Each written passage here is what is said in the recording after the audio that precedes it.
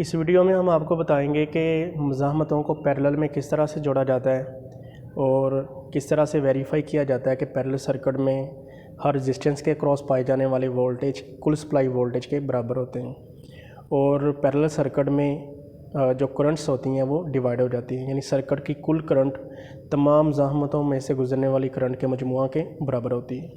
तो पहले ये बताते हैं कि अगर इंस्ट्रूमेंट्स को ना लगाना हो तो वैसे हम किस तरह से मज़ाहमतों को पैरेलल में जोड़ेंगे। देखेंगे हमारे पास 3 मज़ाहमतें हैं, कहते हैं R1 है, R2 है, R3 है। तो मज़ाहमतों को पैरेलल में जोड़ने के लिए उनके पहले सिरों को आपस में शॉर्ट कर दिया जाता है और दूसरे सिरों को भी आपस में शॉर्ट कर दिया जाता है। तो जो पहले सिरे शॉर्ट किए होते हैं वहाँ पे सप्लाई का एक टर्मिनल लगा देते हैं, जो दूसरे सिरे शॉर्ट किए होते हैं वहाँ पे सप्लाई का दूसरा टर्मिनल कनेक्ट कर देते हैं। तो कनेक्शन बनाते हैं कि पहले सिरों को शॉर्ट करें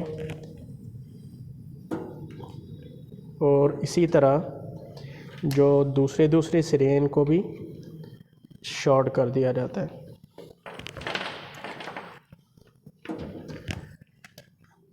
अब जो पहले सिरे शॉर्ट हैं उन तीनों पॉइंट्स में से किसी भी एक पॉइंट से एक टर्मिनल लेके इसको सप्लाई के पॉजिटिव सिरे के साथ जोड़ दिया जाता है और इसी तरह जो दूसरे सिरे आपस में शॉर्ट किए उनमें से कोई भी एक टर्मिनल लेके उसको सप्लाई के नेगेटिव टर्मिनल के साथ जोड़ दिया जाता है।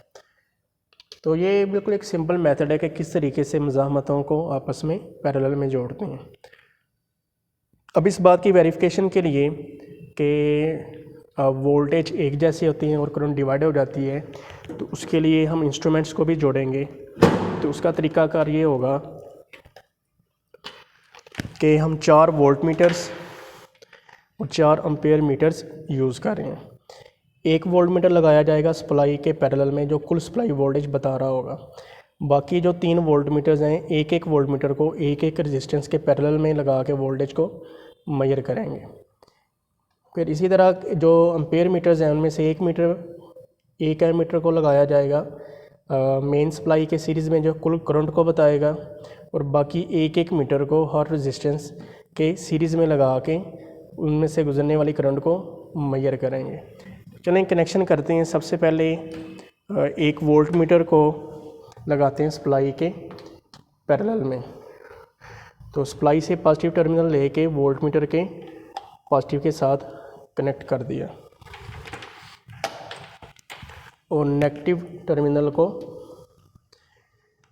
रेंज के साथ 300 वाली रेंज सेलेक्ट कर लेते हैं, इसके साथ कनेक्ट कर दिया। तो ये जो वोल्ट मीटर है जिसको सप्लाई के पैरेलल में लगाया है ये कुल सप्लाई वोल्टेज बताएगा।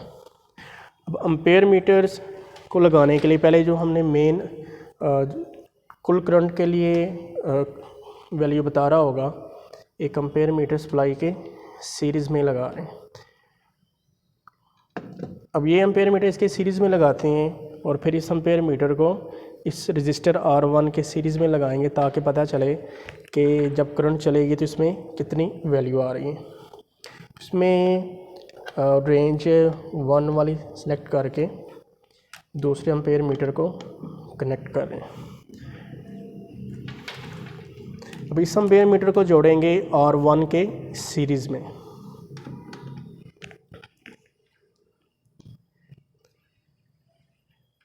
अब दूसरे एम्पेयर मीटर को जोड़ने के लिए देखें यहाँ पे हम फेज़ दे रहे हैं। ये एम्पेयर मीटर के रास्ते यहाँ पे जो हमने सप्लाई से फेज़ दिया है, यहाँ से फेज़ निकाल के इसको भी फेज़ मिल रहा है और यहाँ से फेज़ निकाल के इधर भी हम फेज़ दे रहे हैं।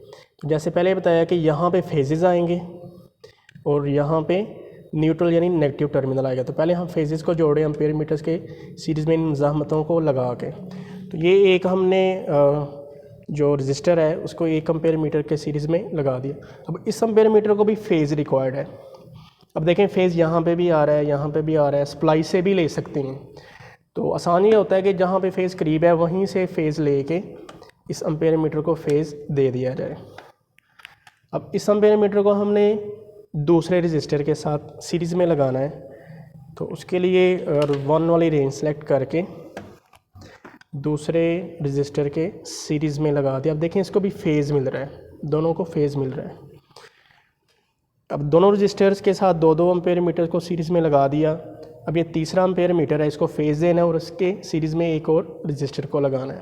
तो इसको फेज़ जहाँ पे भी आ रहा है वहाँ से फेज़ इसको दे रहे हैं।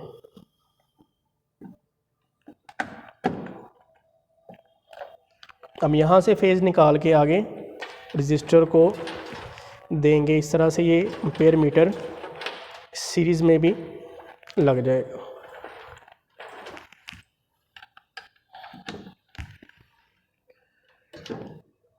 देखेंगे अभी तक ये जो एम्पेयर मीटर है इसको सप्लाई के सीरीज़ में लगाया है, इस एम्पेयर मीटर को R1 के सीरीज़ में, इस एम्पेयर मीटर कह लें A2 है, इसको R2 के सीरीज़ में, और एम्पेयर A3 को रजिस्टर R3 के सीरीज़ में लगा दिया। अब जो लोड है, जो मज़ाहमतें हैं, उनको फेज़ मिल चुका है। अब इनको न्यूट्रल देनी है तो इनको कॉमन करके मेन सप्लाई से न्यूट्रल दे देते हैं।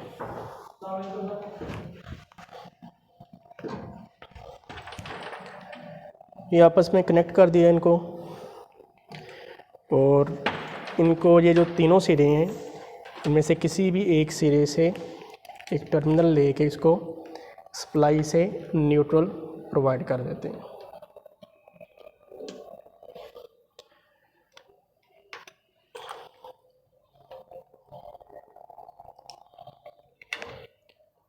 तब देखेंगे जो रूल है कि ऊपर वाले सिरों को फेज़ मिल रहा है और नीचे वाले सिरों को जो है वो न्यूट्रल मिल रही है। अब एम्पेयर मीटर सीरीज़ में जुड़ चुके हैं। अब वोल्ट मीटर्स को लगाएंगे, हर रजिस्टर एक एक वोल्ट मीटर को एक एक रजिस्टर के पैरेलल में। तो ये कह लें V1 है, इसको रजिस्टर R1 के पैरेलल में जोड़ा जा रहा है। इसी तरह रजिस्टर 2 के पैरेलल में एक वोल्ट मीटर,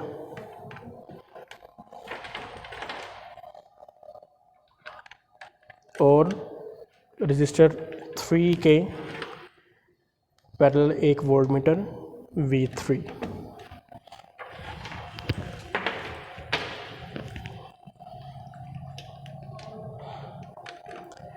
देखिए पैरेलल में हमने वोल्ट मीटर्स को लगा दिया। अब हमने ये वेरीफाई करना है कि पैरेलल सर्किट में हर रजिस्टर के अक्रॉस पाए जाने वाले वोल्टेज और कुल सप्लाई वोल्टेज बराबर होते हैं, और जो कुल करंट है वो तमाम मज़ाहमतों में से गुजरने वाली करंट के मजमूआ के बराबर होते हैं। यानी हमें नताइज का पहले थोड़ा सा अंदाज़ा है कि ये जो चारों वोल्ट मीटर्स की रीडिंग है ये सेम आएंगी, और अगर तो लोड डिफरेंट होगा तो तीनों एम्पेयर मीटर्स की करंट डिफरेंट होंगी, और जो कुल करंट होगी वो तीनों एम्पेयर मीटर्स की रीडिंग के मजमूआ के बराबर आएगी। तो चलें सप्लाई ऑन करते हैं और देखते हैं कि क्या रीडिंग्स आती हैं। थोड़े से वोल्टेज 200 तक तकरीबन अप्लाई करके फिर लोड को ऑन करते हैं।